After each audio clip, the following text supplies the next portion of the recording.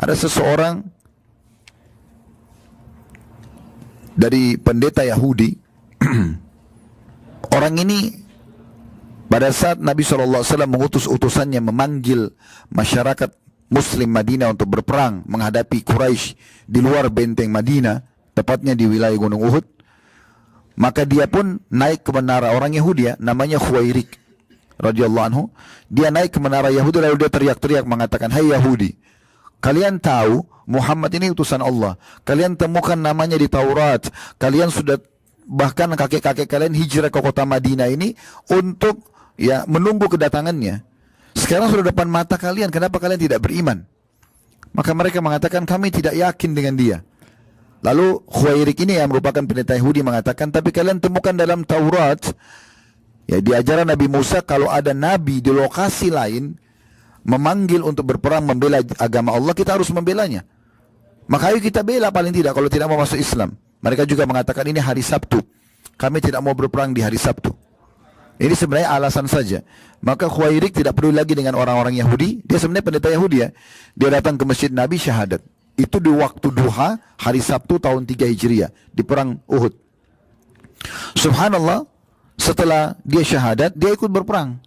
Dan dia termasuk yang mati syahid di perang Uhud itu. Uhud selesai sebelum duhur. Dan orang ini sudah meninggal. Waktu jenazah para sahabat dikumpulkan, ada jenazahnya Khuwairik ini, pendeta Yahudi yang baru masuk Islam.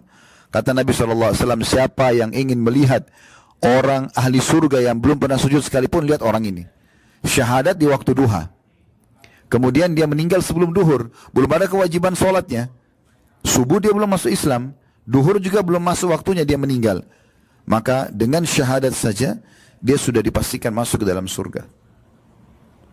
Yang kedua masalah sholat. 5 waktu sholat. Berapa menit kita sholat teman-teman sekalian? Kita tidak bicara masalah jalan menuju ke masjidnya dan pulangnya. Sholatnya saja 10 menit. 10 menit itu sudah lama kalau orang sholat ya. Mungkin baca sedikit panjang ayat.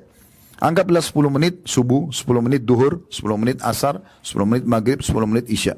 50 menit. Waktu kita sehari 24 jam. Kalau dipotong 50 menit sholat wajib, kita nggak bicara sunnahnya, maka kita masih punya 23 jam plus 10 menit.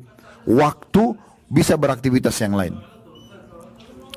Sholat ini bukan hal yang harus jadi beban bagi setiap muslim. Terbalik, dia adalah komunikasi seorang hamba dengan Tuhannya. Bayangkan teman-teman kalau dalam setiap hari kita dipanggil oleh presiden ke istananya hanya untuk menghadap saja, ngobrol, berinteraksi dengan dia. Bagaimana bangganya seseorang dipanggil oleh pemimpinnya.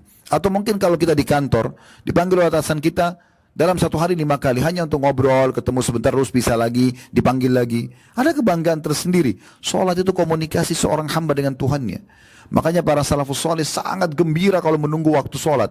Jauh sebelum sholat mereka sudah persiapkan diri lalu mereka hadir di sholat itu. Bukan beban. Dan ini adalah absensi. Seseorang hamba absen dengan Tuhannya. Iya, saya hadir gitu. Maka sholat bukan beban. Walaupun dikerjakan 5 kali sehari. Dan kata Nabi SAW, awal amal dihisab hari kiamat adalah sholat. Kalau dia baik, beruntunglah dia. Riwayat lain akan membantu amal-amal lain. Dan kalau sholatnya rusak, maka rugilah dia. Riwayat lain akan mengganggu ibadah-ibadah yang lain. Sudah tahu belum teman-teman sekalian hadis Nabi SAW yang disebutkan oleh Al-Mudri dalam kitab Taghrib Tarhib dan disahihkan oleh Syekh Albani. Kata Nabi SAW, siapa yang keluar dari rumahnya dalam kondisi bersuci, beruduk, kayak kita sekarang dari hotel pun kita beruduk, kemudian dia datang ke masjid lalu dia sholat 5 waktu wajib, sholat wajib, maka dia pulang mendapatkan pahala seperti haji. Ini haji ini kita bisa dapatkan di setiap sholat kita 5 waktu sholat itu, asal betul-betul dikerjakan karena Allah Subhanahu Wa Taala. Ringan ya, dan keutamanya besar. Zakat yang ketiga kita sudah tahu sama-sama, setahun sekali. Syaratnya pun selain setahun sekali bagi yang mampu saja. Itu pun ada syaratnya, haul dan nisab. Masa setahun dari harta itu, dalam 1 tahun hartanya Bapak Ibu sekalian itu bertahan stabil di nisabnya. Nisabnya 85 gram emas. Jadi misalnya bulan Ramadan, bulan Syawal, atau kita muda kalau di Masehi misalnya, walaupun kita hitungnya Hijriyah ya, misalnya dari Januari ke Januari, Januari, Februari, Maret, sampai nanti Januari lagi, stabil ya, harta kita itu berada di 85 gram emas nisabnya. Lalu baru dikeluarkan 2,5%. Kalau misalnya dalam setahun itu, bulan Januari stabil, kena nisab 85 gram emas, kemudian Februari sama, Maret sama, bulan Mei turun bulan Mei, nah harta kita tidak mencapai 85 gram emas, maka berarti hitungan zakat awal batal. Dimulai kapan lagi? Dimulai kalau nisabnya kembali lagi. Misal bulan Juni kembali lagi nisabnya 85 gram emas. Mulai dihitung bulan Juni lagi 1 tahun ke depan. Selama belum sampai 1 tahun nisab itu stabil, maka nggak ada zakat bagi orang itu. 2,5%. Artinya kalau 100 juta hanya 2,5 juta. Dan fungsi zakat mensucikan harta. Mensucikan harta. Seperti kami misalnya buka restoran, yang teman-teman kemarin manasik, kan kami nggak pernah tahu yang makan ini uangnya halal atau tidak. Dan tidak mungkin kami nanya setiap konsumen, kamu halal nggak uangnya? Kan nggak mungkin. Dia belanja selesai, masuk uang itu. Bercampur baurlah pendapatan kami antara yang haram sama yang halal, kalau memang dia dari yang haram. Zakat mensucikan itu. Dia seperti sumbatan saluran air. Kalau ada sumbatannya, sumbatan itu diangkat. Zakat itu mensucikan, mengangkat sumbatan sehingga lebih lancar rezeki itu. Jadi sangat ringan, setahun sekali bagi yang mampu, dan syaratnya dia harus nisabnya itu bertahan selama 1 tahun. Kalau sama 18 ke atas, 85 gram emas ke atas, baru keluar zakatnya 2,5%. Oleh karena itu saya sering sampaikan kepada jemaah-jemaah sekalian, kaum muslimin yang saya temuin atau saya sampaikan dalam pengajian, ingat zakat itu setahun sekali dan itu harus ada syaratnya. Oleh karena itu kita fokus memang menyelesaikan zakat ini, tapi jangan samakan zakat dengan sedekah. Sedekah tiap hari kita disuruh keluarkan. Tidak ada syarat 1 tahun, tidak ada nisab 85 gram emas, kadar minimalnya, tidak ada juga persentase 2,5%. Antum punya uang 10 miliar mau disedekahin semua silahkan. Tapi setiap hari sedekah fungsinya memperbanyak harta. Beda fungsi. Zakat mensucikan, kalau ini sedekah memperbanyak harta. Dan kata Nabi SAW dalam hadis Bukhari, setiap pagi Allah turunkan 2 malaikat, yang satu mengatakan ya Allah lapangkan rezeki orang sedekah, yang satu mengatakan binasakan orang yang bakhil atau pelit. Ibnu Hajar rahimahullah mengatakan yang dimaksud dengan binasakan hartanya, maksudnya binasakan orang yang pelit adalah binasakan jiwanya dan hartanya. Malaikat itu mendoakan seperti itu. Jadi zakat itu ringan sekali. Yang keempat, puasa Ramadan setahun sekali. 12 bulan waktu kita hidup dalam 1 tahun, 11 bulan Bapak Ibu bebas makan, minum, yang penting halal. Puasa Senin Kamis, puasa Iyamul Bid, puasa hari Arafah, itu kan puasa Taswa dan Asyura 9 dan 10 Muharram sunnah. Artinya Bapak Ibu kerjakan berpahala, tidak dikerjakan tidak apa-apa. Tapi yang wajib adalah Ramadan. Artinya 11 bulan kita nggak wajib berpuasa. Kecuali orang yang punya nazar dan berhasil. Dia bilang kalau saya sembuh dari penyakit ini, kalau saya berhasil proyek ini, saya akan puasa 3 hari. Lalu Allah mudahkan dia untuk itu, maka dia wajib membayar. Tapi kalau tidak ada ini, 11 bulan dia tidak perlu puasa. Bukan kewajiban maksudnya. Hanya Ramadan saja. 11 bulan ini kita makan yang panas, yang dingin, yang asam, yang manis, macam-macam. Ini kalau badan kita robot, Bapak Ibu sekalian, bisa rusak ini. Butuh istirahat. Ramadan itu masa istirahat. Kalau mobil itu diservis. Makanya kita kalau tiba Idul Fitri, sudah sebulan puasa, pas kita berkunjung silaturahim keluarga, baru makan sedikit ketupat, sedikit opor ayam, sudah kenyang. Karena memang perut kita, usus kita sudah kembali normal. Itu fungsi Ramadan, selain dia ibadah. Setahun sekali. Apanya yang berat? Plus lagi haji yang kita kerjakan seperti sekarang. Hanya sekali seumur hidup wajibnya. Sisanya haji yang kedua, haji yang ketiga, haji yang ke-10, itu hukumnya sudah sunnah. Walaupun keutamaan tidak didapatkan. Tapi wajib sekali. Itu sekali seumur hidup. Artinya kalau ada orang yang tidak mampu sampai seumur hidup, maka itu dia tidak wajib. Walaupun saya sering sampaikan kepada jemaah sekalian, khusus masalah zakat sama haji ini, tanda kutip ya di sini ya, tantangan dari Allah Subhanahu wa taala. bahasa di sini bagi yang mampu jangan dijadikan sebagai pegangan, oh selama saya tidak mampu gak usah saya pikirkan. Tidak, tapi harus kita berpikir kapan dari mustahik orang yang layak menerima zakat pindah kepada muzaki, menjadi orang yang keluarkan zakat. Kalau selama ini kita cuma tonton orang pergi haji, bus-bus lewat di depan rumah kita, atau kita dengar di berita, sekarang kita yang mengerjakannya gitu. Bagaimana kita ubah itu dengan niat kita dan mohon kepada Allah subhanahu wa ta'ala gitu. Yang saya ingin beratkan sebenarnya teman-teman sekalian, ternyata Islam itu mudah sekali. Ibadah pun yang kita diperintahkan itu mudah. Jadi sudah diciptakan di sini memang untuk ibadah, dan ibadah Allah mudahkan. Pernah ada satu orang belum masuk Islam ini, dia datang ke masjid Nabi SAW dan dia berkata begini, siapa di antara kalian Muhammad?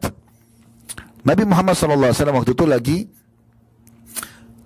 muttaki, siku kanan beliau ditaruh di lantai masjid, kemudian kaki beliau agak ngelonjor, duduk santai dengan para sahabat. Lalu beliau mengatakan, orang ini mengatakan, saya ingin bertanya kepadamu, ya, boleh? Kata Nabi SAW, silakan. Dia mengatakan, orang itu bilang, ya, ini belum masuk Islam dia. Dia bilang, siapa yang meninggikan langit? Kata Nabi Muhammad SAW, Allah. Yang buat langit seperti ini tinggi, luas ini siapa? Kata Nabi SAW, Allah. Siapa yang menghamparkan bumi? Kata Nabi SAW, Allah. Siapa yang menancapkan gunung-gunung di atas bumi itu? Kata Nabi SAW, Allah. Maka orang ini belum masuk Islam ya. Dia mengatakan sebuah kata-kata teman-teman sekalian yang membuat Nabi SAW dari duduk santai tadi, itu langsung duduk serius. Karena memang perkataannya luar biasa. Dia mengatakan, wahai Muhammad, saya bertanya kepadamu atas nama Allah yang meninggikan langit, yang menghamparkan bumi, yang menancapkan gunung-gunung. Apakah Allah mengutusmu kepada kami sebagai utusannya? Maka Nabi SAW lagi santai langsung duduk. Karena ini luar biasa. Diajak bersumpah atas nama Allah. Benarkah kau ini utusan Allah? Kata Nabi SAW dengan tenang, iya. Orang ini bilang lagi begini, saya bertanya lagi atas nama Allah yang meninggikan langit, menghamparkan bumi, menancapkan gunung-gunung. Apakah Allah memerintahkan kepada engkau untuk menyampaikan kepada kami agar kami sholat 5 waktu dalam sehari? Kata Nabi SAW, iya. Saya bertanya lagi atas nama Allah yang meninggikan langit, menghamparkan bumi, menancapkan gunung-gunung. Apakah Allah memerintahkan kepadamu untuk menyampaikan kepada orang-orang kaya kami untuk mengeluarkan zakat harta mereka diberikan kepada orang-orang miskin kami? Kata Nabi SAW, iya. Saya bertanya lagi atas nama Allah yang meninggikan langit, menghamparkan bumi, menancapkan gunung-gunung. Apakah Allah memerintahkan kepadamu untuk menyampaikan kepada kami agar kami puasa Ramadan sebulan penuh dalam 1 tahun? Kata Nabi SAW, iya. Orang ini bilang lagi, hai Muhammad, saya tanya lagi atas nama Allah yang meninggikan langit, menghamparkan bumi, menancapkan gunung-gunung. Apakah Allah memerintahkan kamu untuk menyampaikan kepada kami agar kami haji sekali seumur hidup kami, yang wajib ini, ke Baitullah di Ka'bah, ke Mekah di Ka'bah? Maksudnya mengunjungi Ka'bah? Kata Nabi SAW, iya. Lalu orang itu bilang, kalau saya mengerjakan ini, rukun Islam ini, apa yang saya dapatkan? Kata Nabi SAW, kau akan masuk surga. Orang ini langsung bilang, asyhadu an la ilaha illallah wa anna Muhammadar Rasulullah. Syahadat dia. Setelah dia masuk Islam, dia mengatakan, ya Rasulullah, saya tidak akan tambah dan tidak akan kurangi. Lalu dia keluar dari masjid. Apa kata Nabi SAW? Siapa yang mau lihat penduduk surga, maka lihatlah orang ini. Begitu mudahnya ibadah. Ibadah ini adalah hal-hal yang wajib yang Allah bebankan kepada kita. Dan juga punya kenikmatan. Sekarang kemarin contoh misalnya teman-teman sekalian ya. Betul memang kita sudah keluarin uang misalnya dalam biaya perjalanan kita. Tapi selama kita kerjakan ibadah ini, dari kemarin kita di pesawat. Telat pun kemarin penerbangan, kita ada di lounge, makan, AC, minum, kamar mandi bagus, semuanya oke. Menunggu berapa jam pun gak ada masalah, kecuali kita diterik matahari, kita sudah setengah mati, itu pun ada pahalanya lagi di sisi Allah Subhanahu wa taala. Karena kita sedang mau ibadah, perjalanan. Kemudian kita juga masuk ke pesawat, sama, walaupun 8 jam 40 menit atau hampir 9 jam perjalanan ke Jeddah, sama di AC, duduk, kamar mandi ada, makanan ada, minuman ada, dilayani. Allah mudahkan. Masuk lagi ke Mekah, kemarin memang kita menunggu di bandara, tapi tetap juga bus kita ada AC-nya, kita nyaman. Sampai akhirnya kita tiba di hotel ini yang Allah sudah pilihkan tentunya, kuasa Allah SWT, dan alhamdulillah kita dapat kamar yang cocok, yang cukup, alhamdulillah, sebagai fasilitas hotel transit saja, tapi dia berbintang 5 hotel ini. Sedikit berjalan iya, tapi jalan kaki kita setiap langkah ke masjid dihitung pahala di sisi Allah Subhanahu wa taala. Kata Nabi SAW, semua langkah yang dilakukan ke masjid, satu langkah mengangkat derajat, satu langkah mengampuni dosa. Riwayat lain, satu langkah dicatatkan satu pahala. Juga kata Nabi SAW, Allah berfirman kepadaku, hai Muhammad, apakah kau tahu apa yang sedang dibicarakan oleh para malaikat di langit sana? Kata Nabi SAW, iya. Tentang masalah peninggian derajat dan pengampunan dosa. Dan itu banyak didapati dengan langkah-langkah yang menuju ke masjid. Serta berwudu di waktu-waktu yang tidak disenangi. Kayak misalnya orang kalau mau tidur malam hari berwudu, atau pada saat batal wudu, wudu lagi, contohnya. Jadi sebenarnya sangat mudah gitu. Tidak ada yang berat. Kita masuk umroh kemarin, apanya yang susah teman-teman sekalian? Badan kita sehat, kita tawaf, pemandangan yang indah, kita bisa lihat Ka'bah, kita bisa memanjatkan hajat kita, Allah kabulkan. Kita sholat di belakang makam Ibrahim, minum air zam-zam, jalan di sa'i dengan AC yang luar biasa, sejuk, sampai selesai semuanya. Sedikit mungkin pegal kaki, tapi segar badan, sehat, tidak ada sesuatu yang beban gitu. Selesai semua, alhamdulillah, kita juga kembali tahallul. Sekarang kita makan, minum, Allah kasih tempat tidur, istirahat, tinggal tunggu haji. Nanti haji juga Bapak-Ibu akan lihat sangat mudah. Di Mina, kita di kemah, ber-AC, makan, minum, memperbanyak zikir kepada Allah, mungkin mendengarkan pengajian. Habis itu kita hari Arafah juga sama, pindah ke kemah juga, AC. Di Muzdalifah kita lewat, kemudian kita selesaikan ibadah haji kita, kembali ke hotel ini nanti tanggal 10 Zulhijjah hari raya, kita mandi-mandi bersih-bersih, kemudian setelah itu kita kembali lagi ke Mina, tinggal 3 hari dengan baju biasa. Sama di AC, tidak akan kurang makanan dan minuman, sejuk udara. Kita pun jumrah, maktab kita 111, keluar sudah langsung pintu jumrah. Jalan kaki depan mata. Maktab yang paling dekat dengan jumrah 111. Ini depan yang kita Allah kasih ini. Allah mudahin. 112 yang kemarin tuh mundur sedikit. Ini Allah mudahin ditawarin 111, kita pindah ke 111 itu. Depan mata. Jumrah kecil sedang besar. Itu aja hari itu. 3 hari kita buat. 4 hari. Ya tapi 3 harinya hari tasyrik kita kerjakan. Ya. 1 kali saja, 3 kali lontar. Mungkin anggaplah 1 jam selesai atau setengah jam selesai. Pulang kita kembali ke kemah. Aktivitasnya berzikir kepada Allah, ibadah kepada Allah, mungkin dengarkan pengajian kita, diskusi agama, berdoa. Tanggal 13 selesai haji. Pulang dibersihkan dari semua dosa. Pulang dijamin dapat tiket surga. Pulang dijamin dapat rezeki. Apanya yang berat ini? Apanya yang berat gitu?